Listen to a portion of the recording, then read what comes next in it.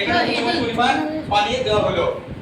তারপরে place both container side by side and note down the time. কি বল, এবং দুটো কন্টেনারকে তাদের পাশাপাশি রাখা হলো। দুটো কন্টেনার কি করা হলো? দুটো কন্টেনারকে তাদের পাশাপাশি রাখা হলো। দেখো, record the time it takes for the water in both container to evaporate completely। এবং record the time, টাইমটাকে পড়ে দিকে দেখা, record the time, এবং টাইমটা কি করা হলো তাদেরকে নির্ণয় করা হলো it takes for the water, কতক্ষণ পর্যন্ত in both container to evaporate, যতক্ষণ পর্যন্ত যে যতক্ষণ না সম্পূর্ণ evaporate হচ্ছে বা বাষ্পীভবন হচ্ছে ততক্ষণ পর্যন্ত তাদের ডাটা কালেকশন করা হলো। এবার হচ্ছে অবজারভেশন। অবজারভেশন মানে কি? সিদ্ধান্ত। অবজারভেশন মানে কি লক্ষ্য করলাম? দেখো, the water in the steel plates evaporate faster than the water in the plastic bottle। অর্থাৎ এই যে স্টিল প্লেটটা আমরা নিয়েছি এটা কি হবে? এটা ফাস্টার evaporate হবে। কি হবে? কথা বলবি? কি হবে?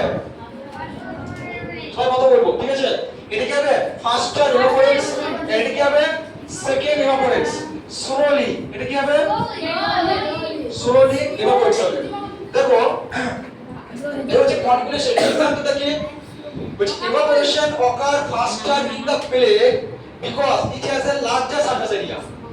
evaporation faster, এই যে evaporation স্টিল প্লেটটা নিয়েছি, এই স্টিল প্লেটটা ফাস্ট হচ্ছে কেন?